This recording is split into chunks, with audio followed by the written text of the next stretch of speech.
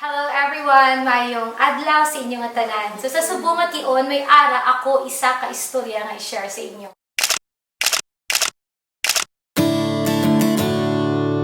Ining istorya parte sa Carabao, kag sa mag-amay. So, galapang lakaton sila, may isa ka Carabao, kag may duwa ka mag-amay. Samtang galakat sila nga duwa, sa nagkadto sila sa isa ka baryo. Pagtupa sa baryo, hambal sa mga tao sila. Ay naano na sila yung duwa, may Carabao, naging nga may Carabao, hindi pa nila pagsakyan.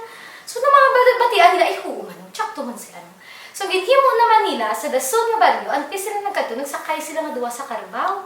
Pagsakay nila nga duwa sa Carabao, paglambot ang basang mansang ng mga tao, ay naano, ay sila naluoy sa Carabao, duwagit sila nagsakay.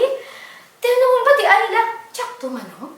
So, ginhimo, nanaog ang bata, kag ang tatay na lang ang nagsakay. So, paglambot nila sa isa naman kabaryo, may ginhambal naman ng mga tao, hambal nila, ay naano, klase tatay, ang bata, yung palakat, siya yung nagsakay sa Carabao.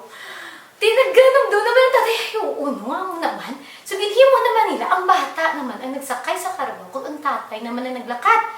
Paglambot nila sa isa kabaryo, siling naman sa mga tao, ano klase bata na yan ang tatay, ano yan ginpalakat ya? Tapos siya, ya, mo lang yung nagsakay sa Carabao. So, sa dason ng sa dason naman nga baryo, mga paglambot to, wala naging mapaminsaran ang tatay kag ang bata.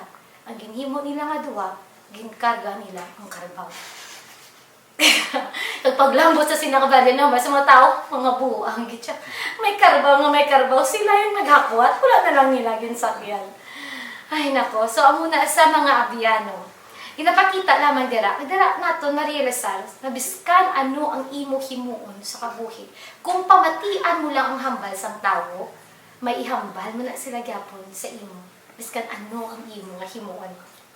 So ang aton mahimo sini hindi naton pag-isandig ang aton mga desisyon sa kung ano man ang ihambal or ano man ang ihambal sa ibang nga tawo basi hindi ni amo basi hindi na amo niyo mo to. Hindi ta na pag-isandig da ang aton nga desisyon. Instead, isandig taya ang desisyon ta sa instruction sang Ginoo sa aton. Ano bala ang instruction ni Lord sa imo? Ano bala ang instruction ni Lord sa aton subong nga tion? Amo na iya ang aton himuon. Kay dira makita naton niya ang paghidait, ang kalipay nga aton nga ginapangita. Also, ginahambal diri sa Colossians 3:23-24. Whatever you do, work at it with all your heart as working for the Lord, not for human masters, since you know that you will receive an inheritance from the Lord as a reward. It is the Lord Christ that you are serving. Sa punta sinitanan, ang importante lang ang ginahimo nato niya. Wala na may mahimo ang ginahambal sang tao. Ang importante sa tanan, ginahimo ta kung ano ang instruction sang Ginoo sa aton. So God bless you.